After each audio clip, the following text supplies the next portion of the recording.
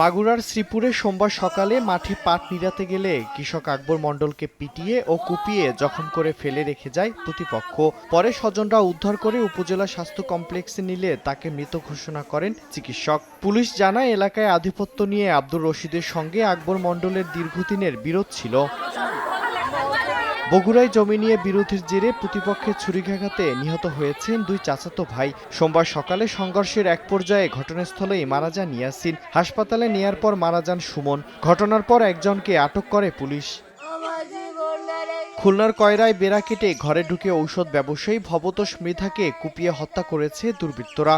রোববার গভীর রাতে হামলার সময় স্বামীকে বাঁচাতে গেলে গুরুতর আহত হন ভবতোষের স্ত্রীও। তাকে স্থানীয় হাসপাতালে ভর্তি করা হয়েছে। কিশোরগঞ্জের কটিয়াদীতে নিখোঁজের 4 দিন পর নিজ ব্যবসা প্রতিষ্ঠান থেকে জিল্লুর রহমান নামে এক ব্যবসায়ীর মরদেহ উদ্ধার করেছে পুলিশ। এছাড়া খাগড়াছড়ির রামগড়ে আলাদা ঘটনায় 2 জনের মরদেহ উদ্ধার করেছে পুলিশ। এর মধ্যে একজন সড়ক দুর্ঘটনায় নিহত হয়েছেন, অন্যজনের পরিচয় এখনও শনাক্ত করা যায়নি। মিরন আহমেদ, সময় সংবাদ।